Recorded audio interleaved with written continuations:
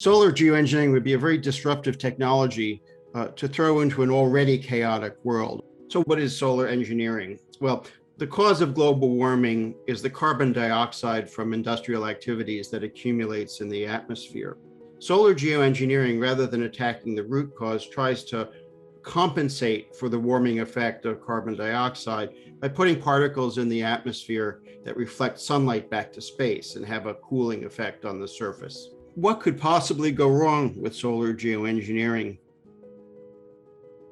The main thing is that the energy input into the Earth's climate from absorbed sunlight acts on a very different part of the climate system from the warming effect of carbon dioxide. So there's all sorts of possibilities that deploying solar geoengineering will lead to massive disruptions in the Earth's circulation systems and unanticipated changes in the regional climate. What will happen to droughts? What will happen to floods? What will happen to heat waves? What will happen to excessive cooling in various places?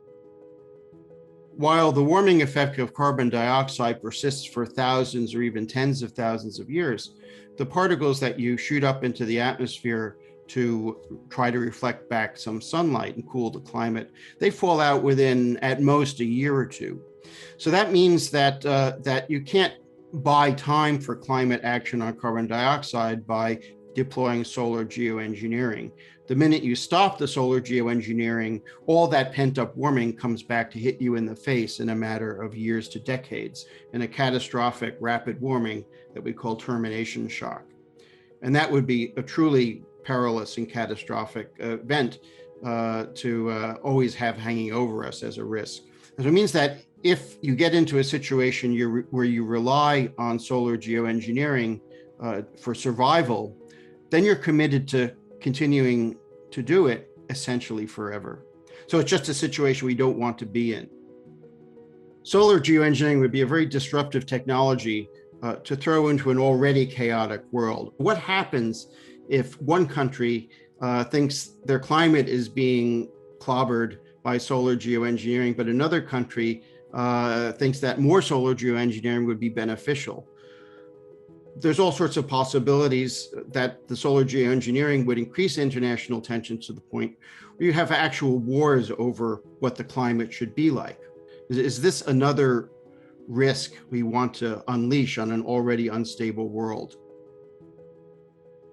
Solar geoengineering proponents often say, we're not talking about deployment, we're just talking about research. So what harm could research do? The big risk in research is that it's almost impossible to do expanded research without developing the technology that would make deployment possible.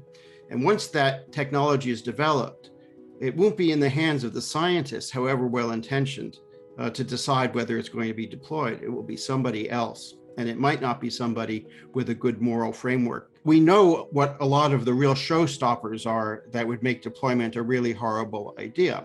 There is really no chance that the kind of research that's being proposed would either eliminate the known risk or give us any way of addressing the unknown risks that will not become really evident until there's a full-scale deployment.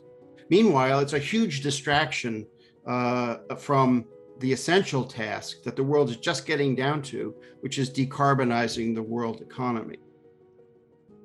So there's this notion that that solar geoengineering is something we can keep as a break glass in case of emergency response, just in case we don't actually manage to decarbonize the world economy. That's what I call the Plan B framing. But that's a complete fallacy, because if we don't decarbonize the world economy, then each year more carbon dioxide will accumulate in the atmosphere, giving you more heat trapping effect. And each year you'll need to deploy more and more solar geoengineering until something goes wrong. And each year you're then accumulating a risk of a bigger and bigger catastrophic warming from termination shock. So it's not a plan B. And it would be nice if there were a plan B for the climate crisis, but the sad fact of the matter is there is no plan B. We just have to decarbonize and do that as fast as we possibly can.